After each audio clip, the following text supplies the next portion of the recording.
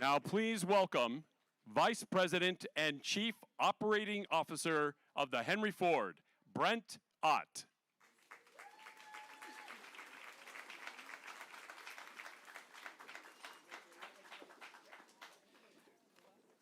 Good evening, everyone. Good evening. Thank you for joining us in Greenfield Village on this very special occasion. I am Brent Ott, Chief Operating Officer here at the Henry Ford, and it is my privilege to be with all of you here tonight.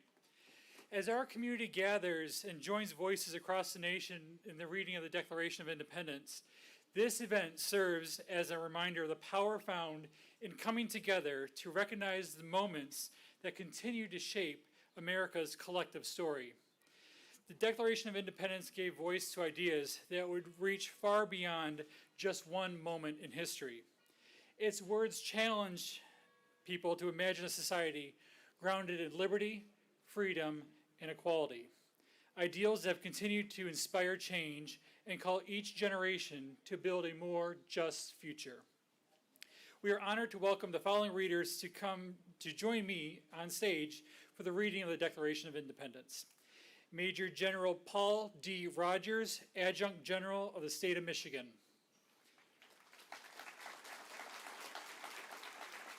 State Representative Aaron Burns, Michigan's 15th House District. Aaron Lavender, Community Reimagined and founder of IC Gray with Class. Jim Johnson, Director of Greenfield Village and Curator of Historic Structures and Landscapes. Addison Tracy, 2026 Wayne State University History graduate. Lena Kerr, Youth Member, Dearborn Players Guild. Cynthia Jones, Director of Museum Experiences and Engagement at the Henry Ford. Heather Brugel, Curator of Civic and Political Engagement at the Henry Ford. Mitch Albom, author, journalist, and WJR Radio 760 program host. And Robert Doran Brockway, America 250 MI Program Director.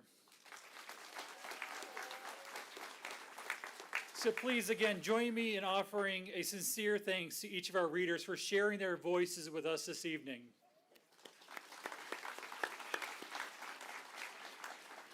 And thank you all for being here for this historic moment. May this reading remind us that the ideals expressed in the Declaration of Independence are not simply words from the past, but a continuing call to each generation.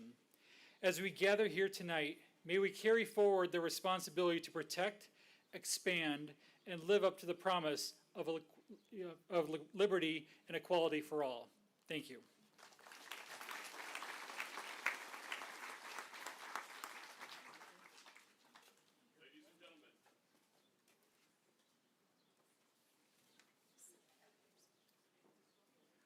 Ladies and gentlemen, please welcome the 1st Michigan Colonial Fife and Drum Corps, who 50 years ago played at the Henry Ford for the nation's bicentennial in 1976.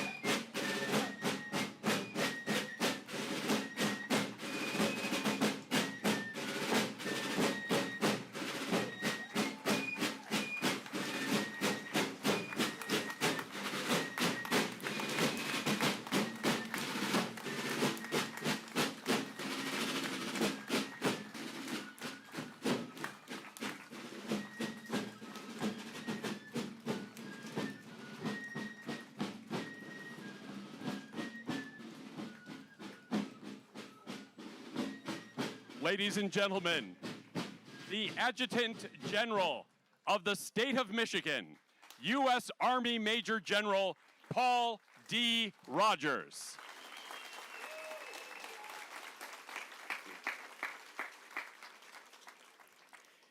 The unanimous declaration of the 13 United States of America. When in the course of human events it becomes necessary for one people to dissolve the political bands which have connected them with another, and to assume among the powers of the earth the separate and equal station which the laws of nature and of nature's God entitle them. A decent respect to the opinions of mankind requires that they should declare the causes which impel them to the separation. We hold these truths to be self-evident, that men are created equal, that they are endowed by their Creator with certain unalienable rights, that among these are life, liberty, and the pursuit of happiness, that to secure these rights, governments are instituted among men, deriving their just powers from the consent of the governed, that whenever any form of government becomes destructive of these ends, it is the right of the people to alter or to abolish it, and to institute new government, laying its foundations on such principles and organizing its powers in such form as to them shall seem most likely to affect their safety and happiness. Representative Aaron Burns. Prudence indeed will dictate that governments long established should not be changed for light and transient causes, and accordingly, all experience hath shown that mankind are more disposed to suffer while evils are sufferable than to right themselves by abolishing the forms to which they are accustomed. But when a long train of abuses and usurpations, pursuing invariably the same object, evinces a design to reduce them under absolute despotism, it is their right, it is their duty to throw off such government and to provide new guards for their future security. Such has been the patient sufferance of these colonies, and such is now the necessity which constrains them to alter their former systems of government. The history of the present King of Great Britain is a history of repeated injuries and usurpations, all having in direct object the establishment of an absolute tyranny over these states. To prove this, let facts be submitted to a candid world.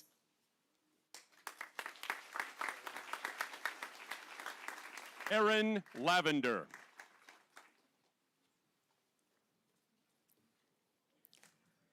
He has refused his right to assent laws, the most wholesome and necessary for the public good.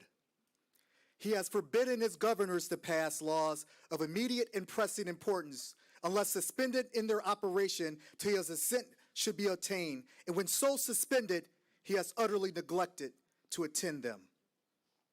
He has refused to pass other laws for the accommodation of large districts of people unless those people will relinquish the right of representation in the legislature, a right inestimable to them and formidable to tyrants only. He has called together legislative bodies of places unusual, uncomfortable, and distanced from the depository of public records for the sole purpose of fatiguing them into compliance with his measures.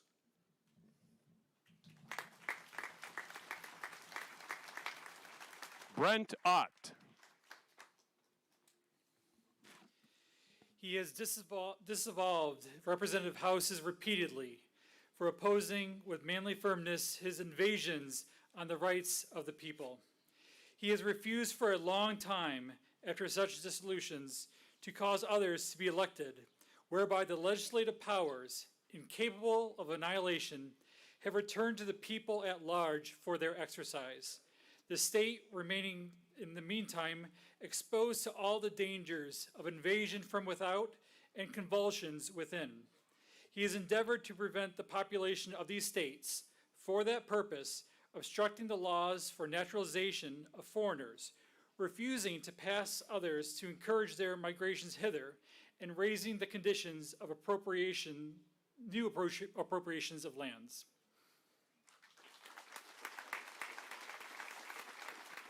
State Representative Alabas Farhat.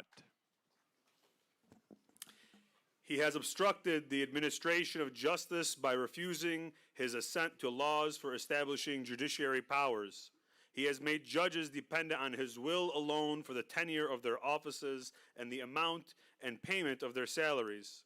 He has erected a magnitude of new offices and sent hither swarms of officers to harass our people and eat out their substance. He has kept among us, in times of peace, standing armies without the consent of our legislatures.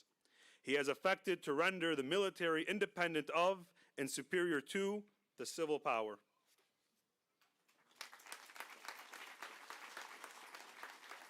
Addison Tracy. He has combined with others to subject us to a jurisdiction foreign to our Constitution and unacknowledged by our laws, giving his assent to their acts of pretended legislation, for quartering large bodies of armed troops among us, for protecting them by a mock trial from punishment for any murders which they should commit on the inhabitants of these states.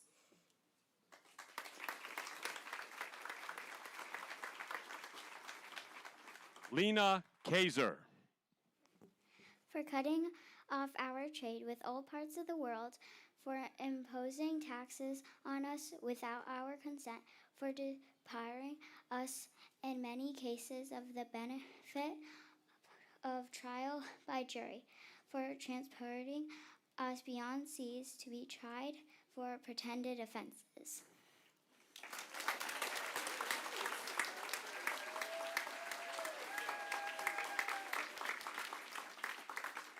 Cynthia Jones. For abolishing the free system of English laws in neighboring province, establishing therein an arbitrary government and enlarging its boundaries so as to render it at once an example and fit instrument for introducing the same absolute rule into these colonies. For taking away our charters, abolishing our most valuable laws and altering fundamentally the forms of our governments, for suspending our own legislatures and declaring themselves invested with power to legislate for us in all cases whatsoever. He has abdicated government here by declaring us out of his protection and waging war against us. He has plundered our seas, ravaged our coasts, burnt our towns, and destroyed the lives of our people.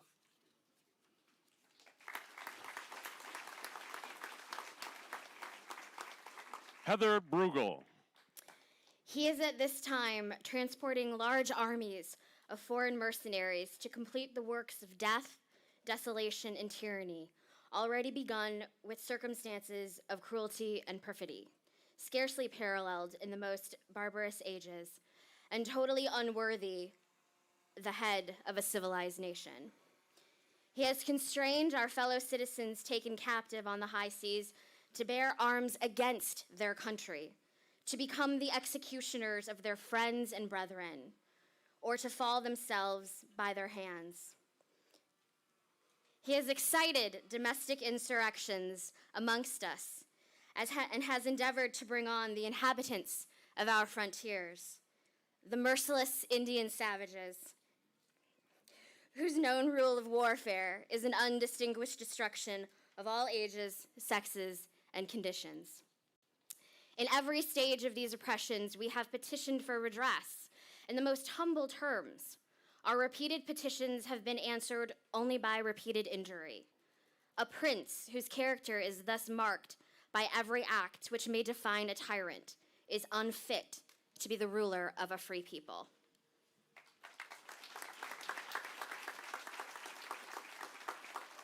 Mitch Albom. Nor have we been wanting in attentions to our British brethren. We have warned them from time to time of attempts by their legislature to extend an unwarrantable jurisdiction over us. We have reminded them of the circumstances of our emigration and settlement here. We have appealed to their native justice and magnanimity and we have conjured them by the ties of our common kindred to disavow these usurpations, which would inevitably interrupt our connections and correspondence. They too have been deaf to the voice of justice and of consanguinity. We must, therefore, acquiesce in the necessity which denounces our separation and hold them, as we hold the rest of mankind, enemies in war, in peace, friends.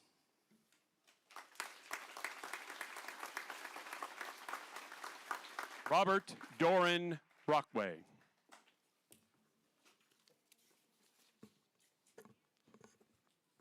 We therefore, the representatives of the United States of America, in General Congress assembled, appealing to the Supreme Judge of the world for the rectitude of our intentions, do, in the name and by authority of the good people of these colonies, solemnly publish and declare that these united colonies are, and of right ought to be free and independent states, that they are absolved from all allegiance to the British Crown, and that all political connection between them and the state of Great Britain is and ought to be totally dissolved, and that as free and independent states, they have full power to levy war, conclude peace, contract alliances, establish commerce, and to do all other acts and things which independent states may of right to do. And now I invite everyone to speak this final line together. And for the support of this declaration, with a firm reliance on the protection of divine providence, we mutually pledge to each other our lives, our fortunes, and our sacred honor.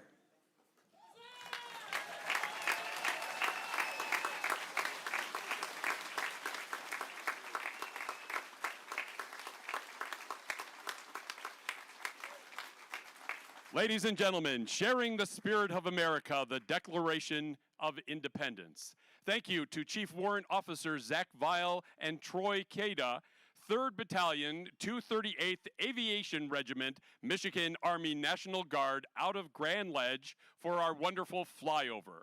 And to our speakers, Major General Paul D. Rogers, State of Michigan Representative Aaron Burns, Aaron Lavender, Brent Ott, Representative Alibus Farrat, Addison Tracy, Lena Kaiser, Cynthia Jones, Heather Brugel, Mitch Album, and Robert Doran Brockway. Please.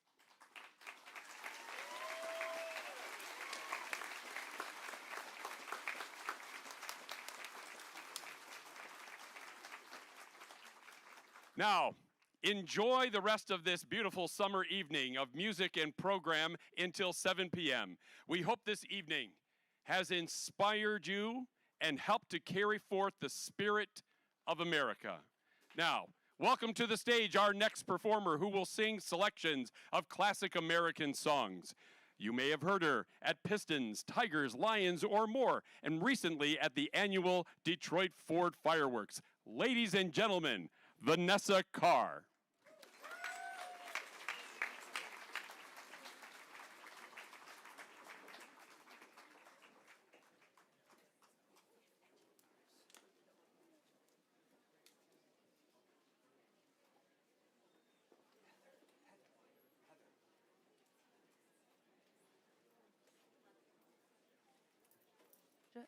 Check 1, 2. Hi, everybody.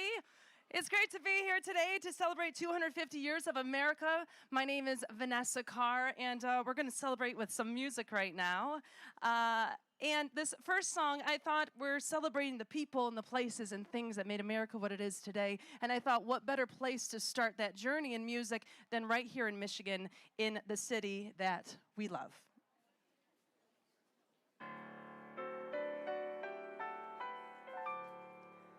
You're a fighter, you're a lover, you're strong and you recover from whatever gets you down. And there's so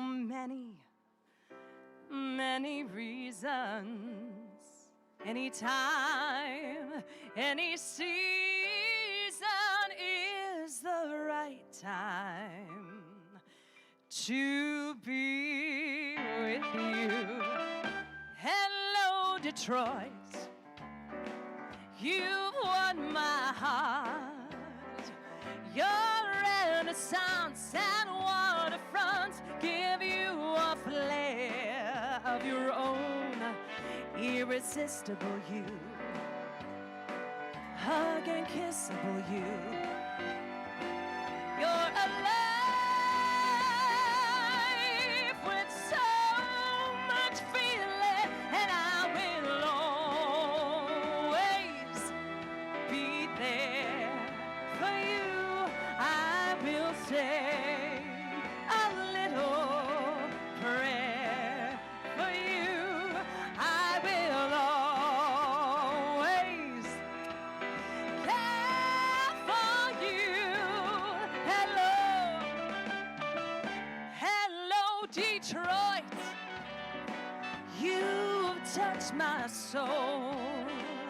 Thanks for the memories I've cherished so.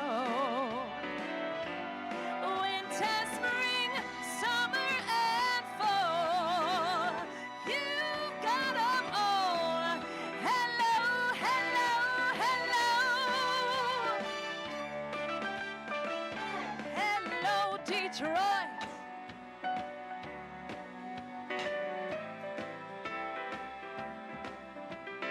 Now listen carefully. We're gonna go through a couple places in the city, like this first one. On a stroll through Belle Isle Park, Greek town after dark, you instill in the young the will to become stars and champions. Hello, my friend. How have you been? It's in the air, it's everywhere, the magical touch of you, irresistible you, hug and kissable you. You're alive,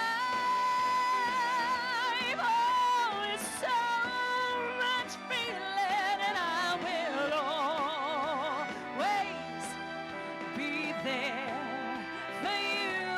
I will say a little prayer for you. I will always care for you. Hello, the big T and the Motor City. Oh, the Motown sound that's got the whole world singing. I will always be there for you. I will say a little prayer for you. I will always care for you. Hello, hello, Detroit.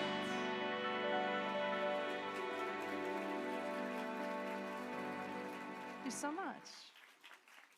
All right, my friends, I want to take you back to the 1940s with this next tune and the Andrews Sisters, a really fun song that was sung in the USO. And one, if you can keep up, please sing along. It's one of those really, really quick ones, a bit of a marathon of a song, but a really fun one at that. It goes like this.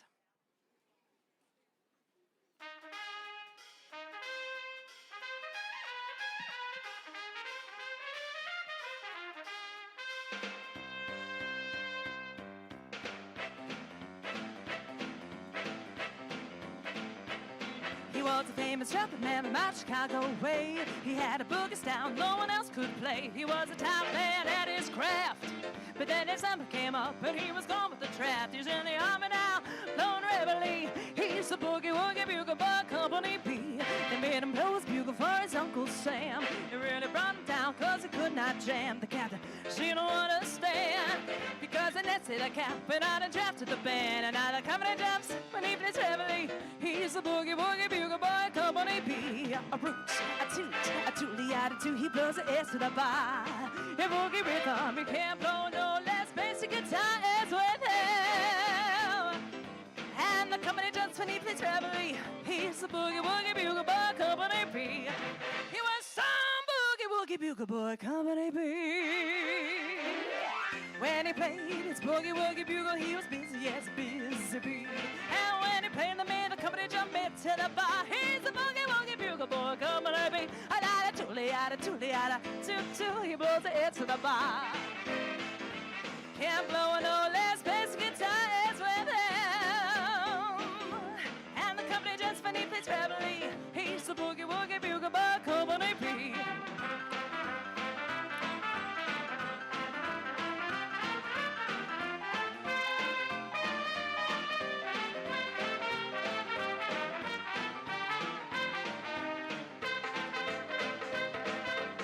The boys asleep with Boogie every night. He wakes them up early in the morning light. They clap their hands and stamp their feet, 'cause they know how it goes when someone gives it a beat. Ah, he plays heavily, the boogie woogie bugle boy, company B. A real, a tin, a tilly, and a tin, tin, tin, tin. Oh, it's to the bar. Can't blow no less, basic guitar is with him. And the company does when he plays reveille. He's the boogie woogie bugle boy.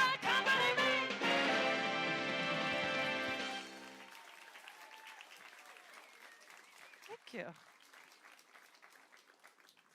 Thank you. So America has been built on people reaching for something that seemed impossible. The opportunity for freedom, dignity, equality, and a better life. And this next song is a really, really beautiful song. A song about triumph, a song about dreaming and the bravery to dream. And as I gain my breath back, we'll jump right into this next piece. Here we go.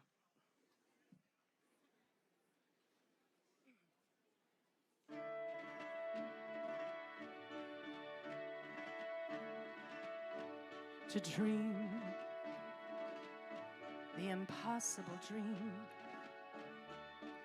to fight the unbeatable foe, to bear with unbearable sorrow, to run where the brave dared not go, to right the unrightable wrong, to love pure and chaste from afar, to try when your arms are too weary, to reach the unreachable star.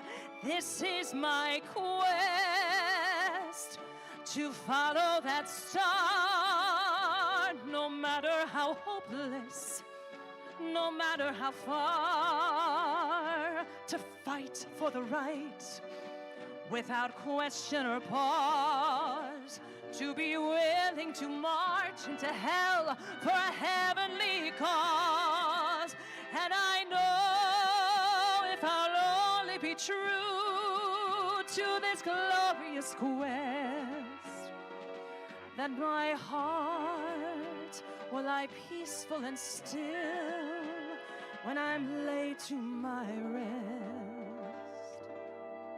And the world will be better for this. That one man, scorned and covered with scars, still strove with his last ounce of courage to reach the unreachable star.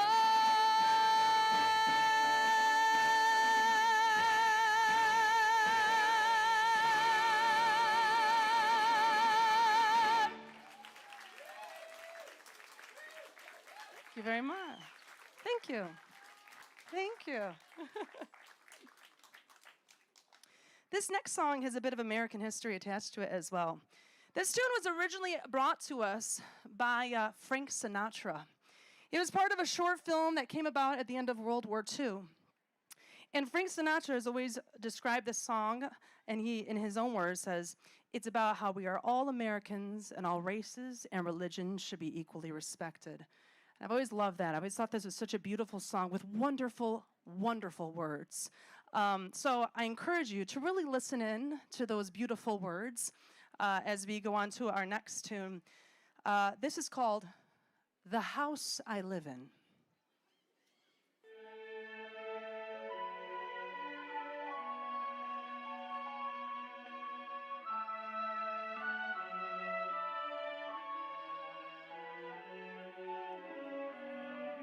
What is America to me? A name, a map, or a flag I see.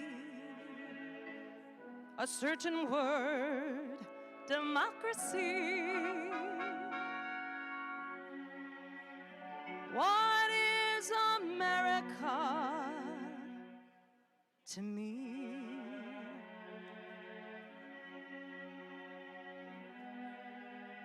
The house I live in, a plot of earth, a street, the grocer and the butcher, and the people that I meet, the children in the playground, the faces that I see, all races and religions, that's America to me.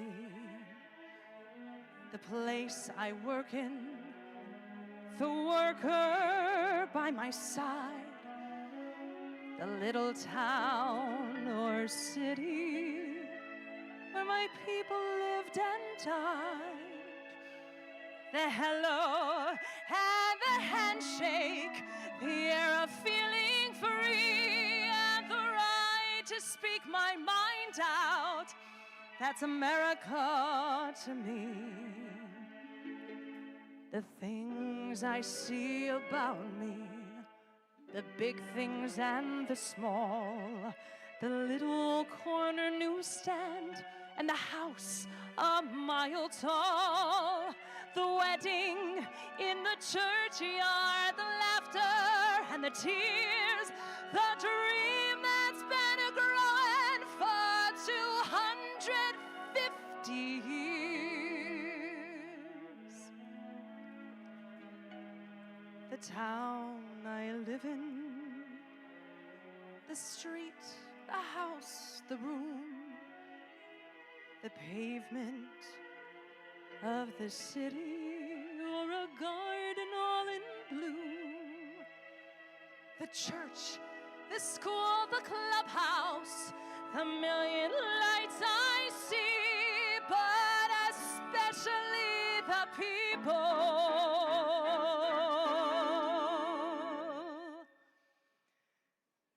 That's America to me.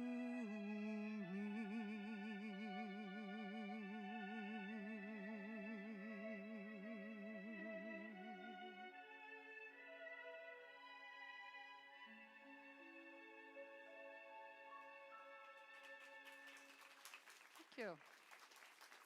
Thank you.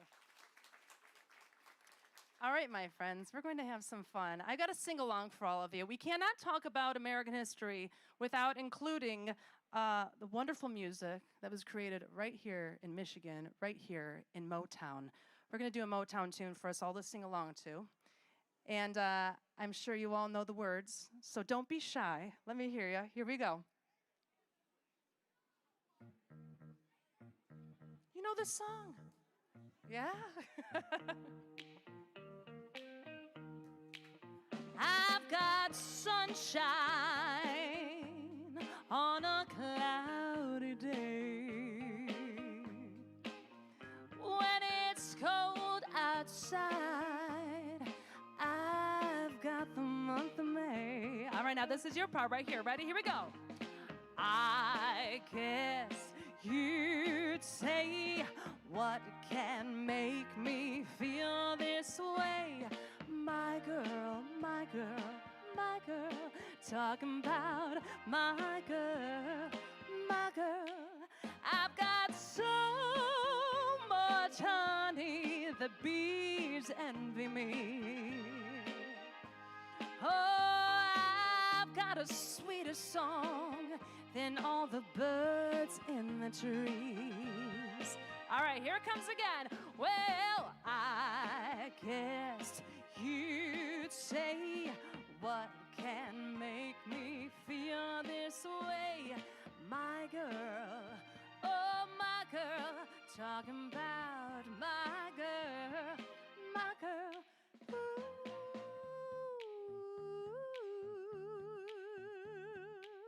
All right, my favorite part's coming up.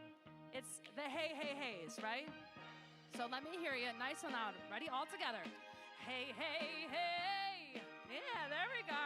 Okay, next one. Hey, hey, hey. Very nice.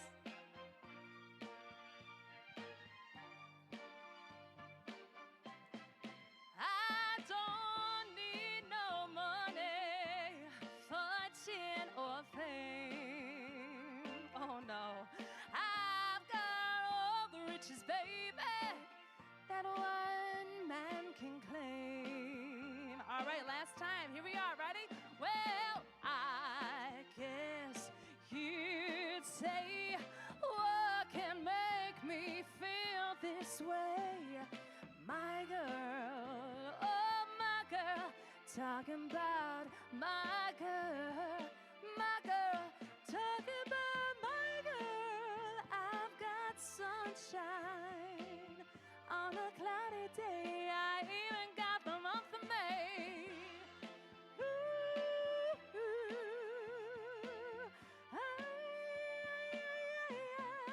talking about my girl.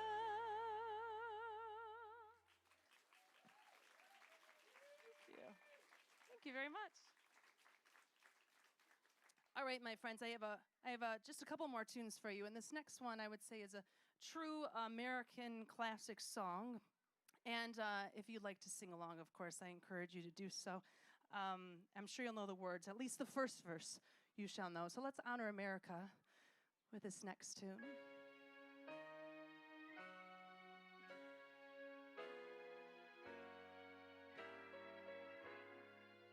Oh, beautiful for spacious skies, for amber waves of grain, for purple mountain majesties, above the fruited plain.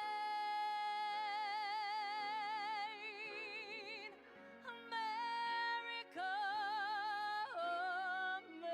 America, God shed his grace on thee and crowned thy good with brotherhood from sea to shining sea. Oh, beautiful for pilgrims' feet who stern impassioned stress, a thoroughfare of freedom beat across the wilderness.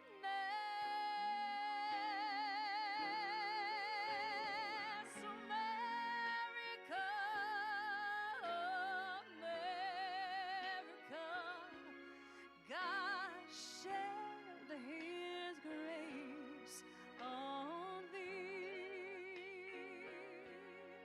and crowned thy good with brotherhood from sea to shining sea.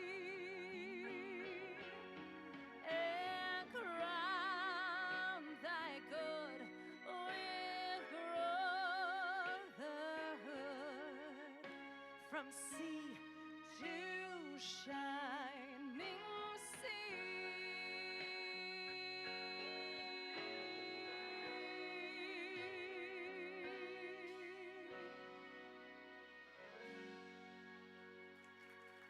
Thank you. Thank you for singing with me. All right, my friends, I'm going to leave you with one last song. It's a pleasure to celebrate today with all of you. My name is Vanessa Carr, and this last tune, this actually came about in the late 1920s, and it has historical significance with FDR. This was his presidential campaign song, and it supported his promise for better days ahead, and it's a song of hope. And today, I hope it's a song of hope for all of you as well. It goes like this. So long, sad times, go long, bad times. We are rid of you at last. Howdy, gay times, cloudy, gray times. You are now a thing of the past.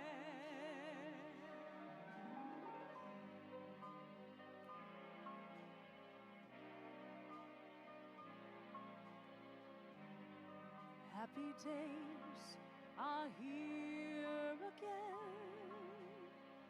The skies above are clear again. So let's sing a song of cheer again. Happy days are here again. All together, shout it now. There's no one who can doubt it now. So let's sing a song all about it now. Happy days are here again. Your cares and troubles are gone.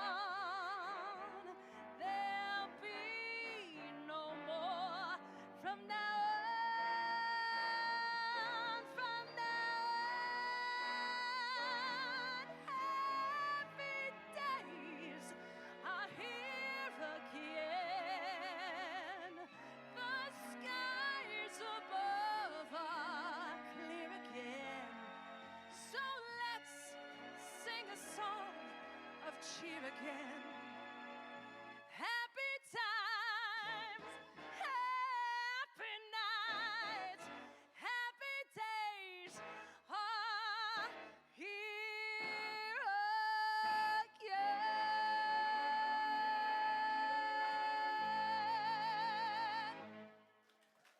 Thank you so much. Happy 250. Ladies and gentlemen, Vanessa Carr.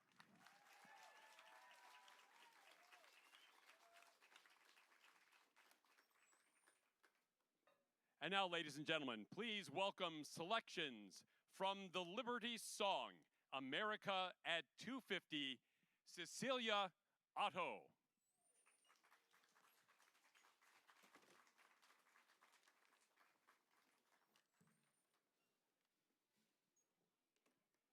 Good evening, all. Thanks for hanging out in the heat with me. Okay, well, my name's Cecilia Otto. I'm from the land of 10,000 lakes, and I am honored to be here tonight. What a historic day. I am a music historian, and I love telling all the cool facts about the songs of the day, including this next one, which wasn't our national anthem until 1931, believe it or not. We had multiple anthems at play. This song, when we think about the words of the forefathers and foremothers that we're going to hear, because it's both, this song, Washington is in ruins, and Francis Scott Key sees that flag, and he goes, there's still hope that we can hang on to, even though everything around us has fallen apart. And so that's where this poem comes from. You all know the first verse, and I want you to sing along for that one. But I'm going to do 2 verses after that. And if you want to join in or try, please, please do. But I want you to hear that poetry and hear what he saw when he was prisoner at that point in 1814. So without further ado, please join me again in singing the Star-Spangled Banner.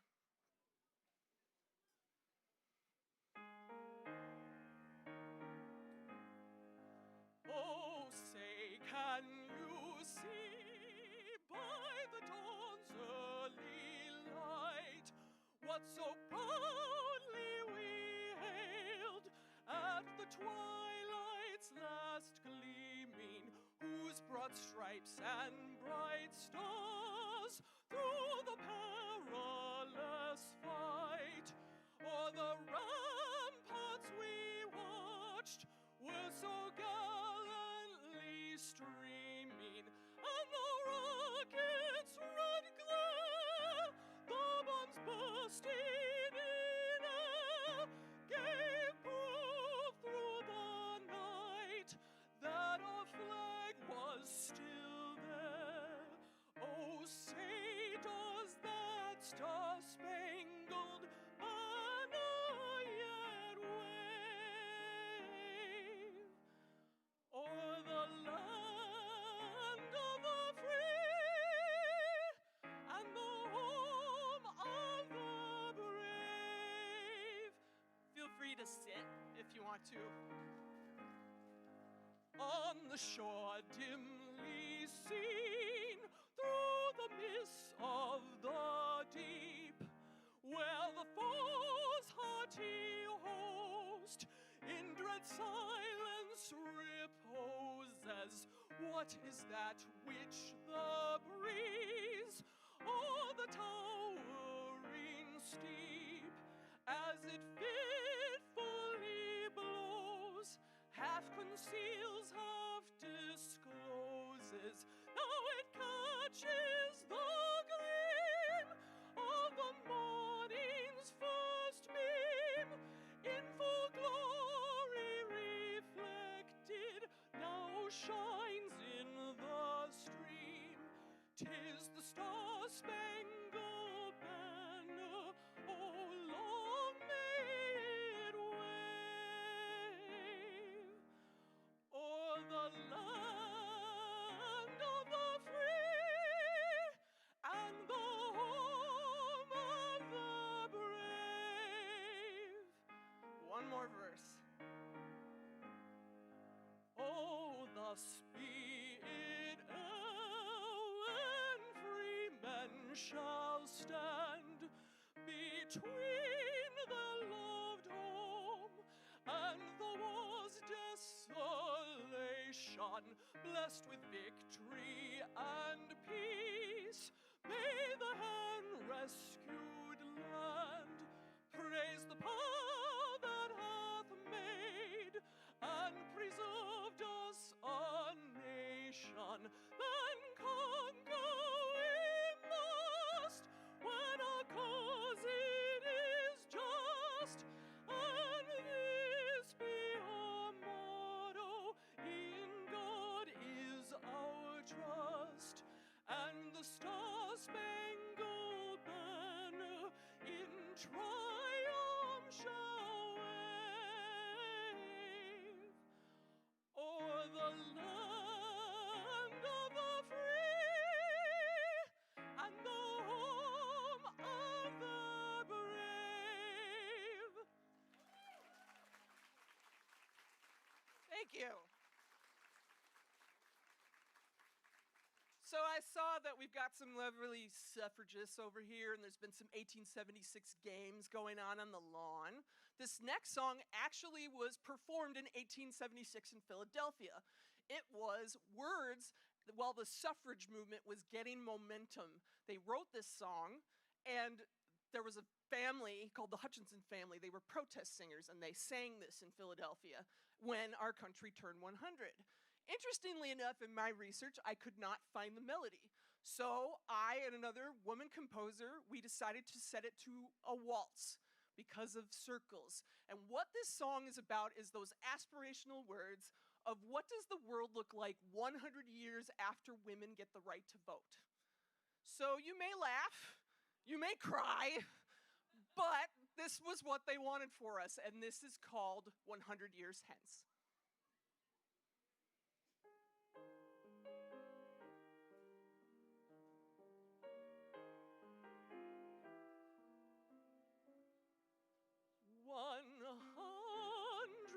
years hence, what a change will be made in politics, morals, religion, and trade, in statesmen who wrangle or ride on the fence. These things will be altered 100 years hence.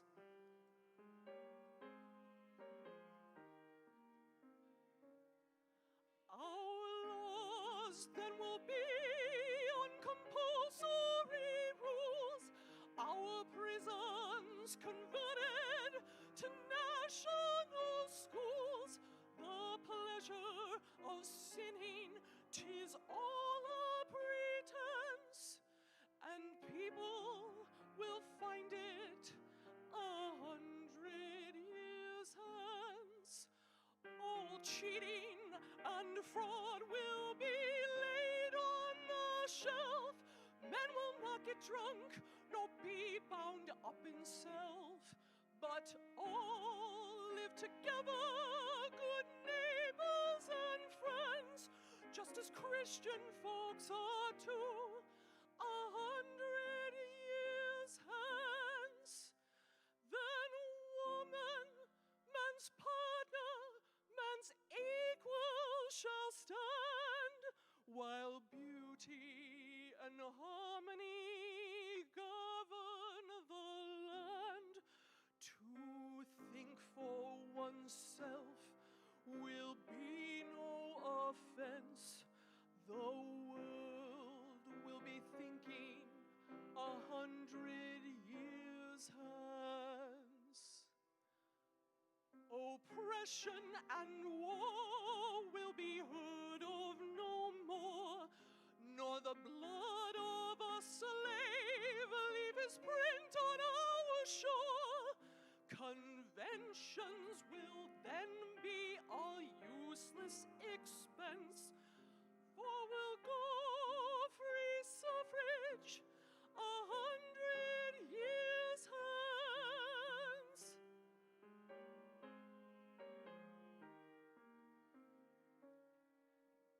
Instead of speech making just to satisfy wrong, we'll all join the chorus to sing freedom's song.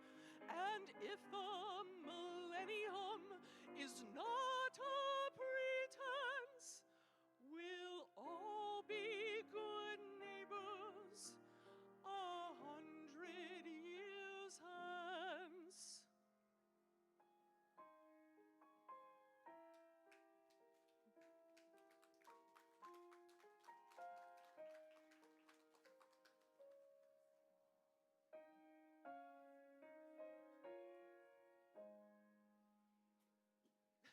Thank you.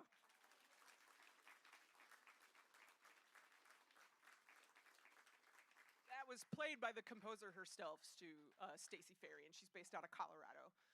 So I'm going to do a couple numbers from Irving Berlin, because us music history folks know the famous quote is Irving Berlin is not an American composer, he is American music, right?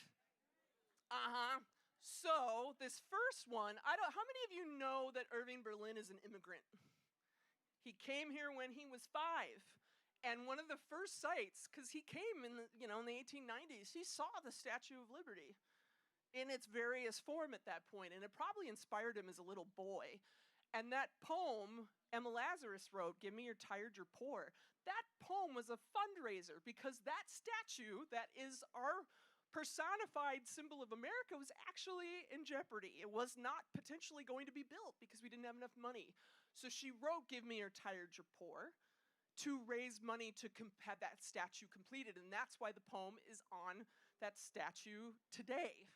And it's a very simple poem, but imagine being a 5-year-old and coming on a boat and seeing America for the first time and seeing her. It must have been an amazing thing for him, and it affected his life deeply. So first, I'd love you to hear Irving Berlin's rendition of "Give Me Your Tired, Your Poor."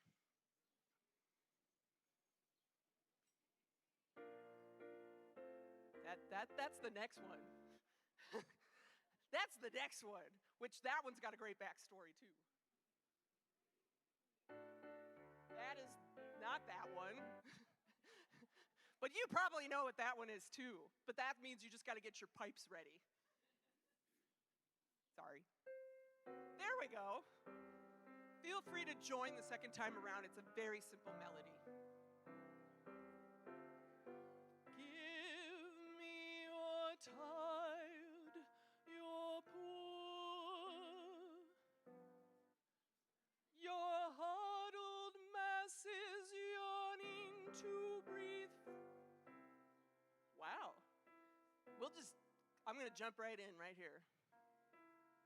There we go. We're going into the huddled masses, people.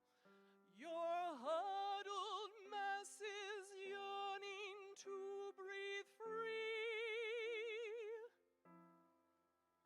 The wretched refuse of your teeming shore.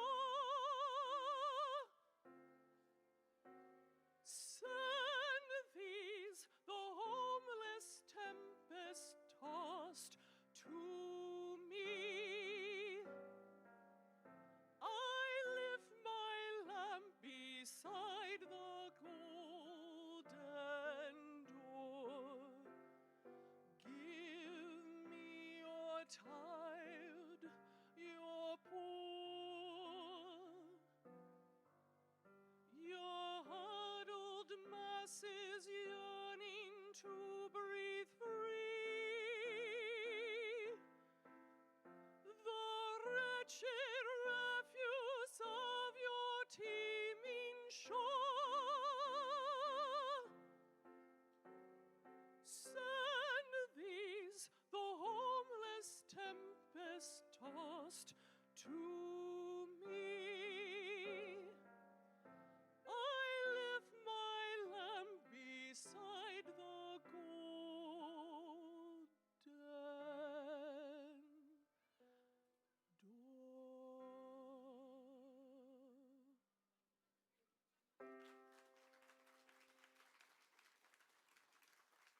Thank you. Well, and you got the sneak peek of the rest of the songs, but again, you'll get ready for this. So obviously, Irving Berlin wrote God Bless America, which you cannot not go anywhere at this time of year and not hear it, right? Whether it's a festival or a fair or something. Did you know he wrote those lyrics in World War I when he was actually enlisted? There was a verse that he was uncomfortable with, and so for the 20th anniversary of the armistice, he decided to bring it back to life, to change the lyrics slightly. Do you know there were anti-Semitic groups that were actually pretty upset that he wrote a song that mentions prayer? They felt that he shouldn't do that. And because of that fact, this song, any time it's played, all the proceeds get donated to the Boys and Girl Scouts of America. He did that back then. Yeah. So, I'm going to do it with the intro that you all know, and then we're going to do it twice for the chorus, because that's what originally would have been done in the 1930s. So, I would love it if you would join along with me on any and all of this. Sing it loud, sing it so other people on the side of the village are wondering what's going on. Let's do this. So, all right, now let's do God Bless America.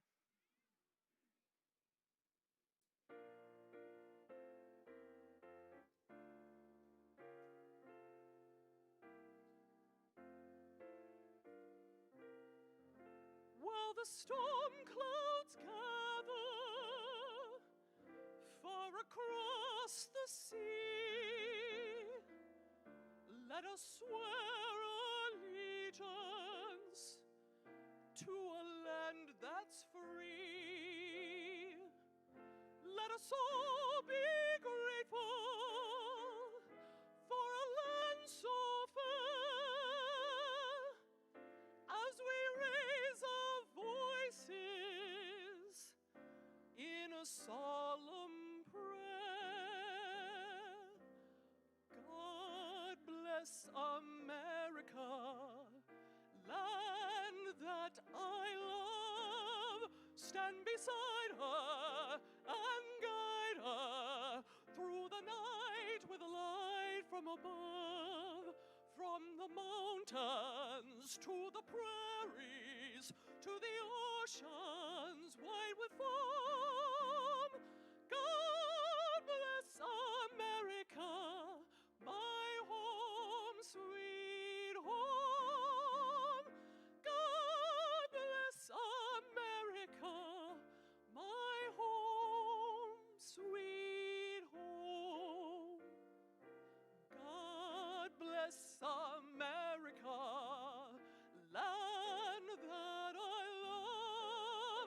stand beside her and guide her through the night with a light from above.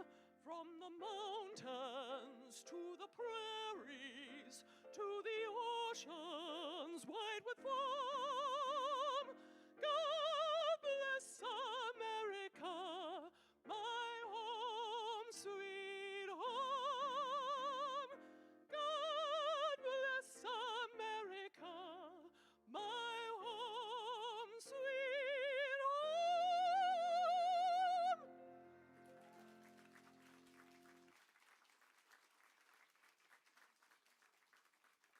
All right, one more.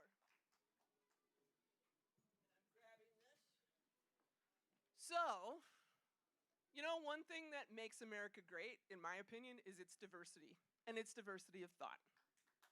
Thank you. And this next song is a rebuttal to God Bless America, actually. Woody Guthrie did not like God Bless America. He thought it was too sentimental. He felt it didn't speak to the people and what was going on in the late 1930s in this country. And so he originally titled This Land Is Your Land as God Blessed America for Me.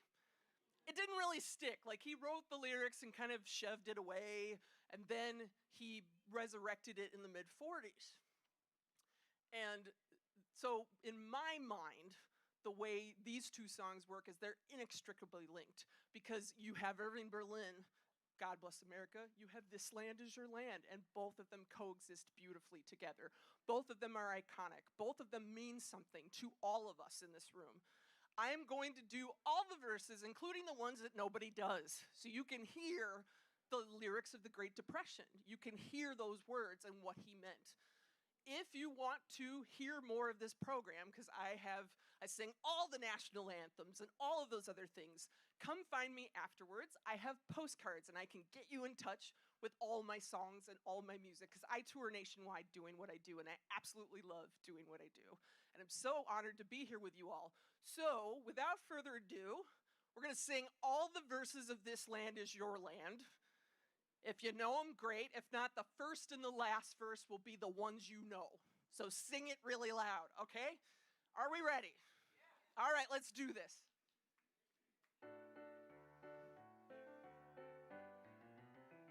This land is your land, this land is my land, from California to the New York Island, from the Redwood Forest to the Gulf Stream waters.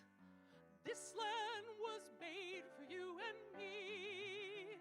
As I went walking that ribbon of highway, I saw above me that endless skyway. I saw below me that golden valley. This land was made for you and me. I've roamed and rambled, and I followed my footsteps to the sparkling sands of her diamond deserts, and all around me a voice was sounding. This land was made for you and me. When the sun came shining and I was strolling, and the wheat fields waving and the dust clouds rolling, as the fog was lifting, a voice was chanting. This land was made for you and me. As I went walking, I saw a sign there, and on that sign it said, "No trespassing," but on the other side, it didn't say nothing. That side was made for you and me. In the shadow of the steeple, I saw my people. By the relief of this, I seen my people. As they stood there hungry, I stood there asking, is this land made for you and me? Nobody living can ever stop me as I go walking that freedom highway.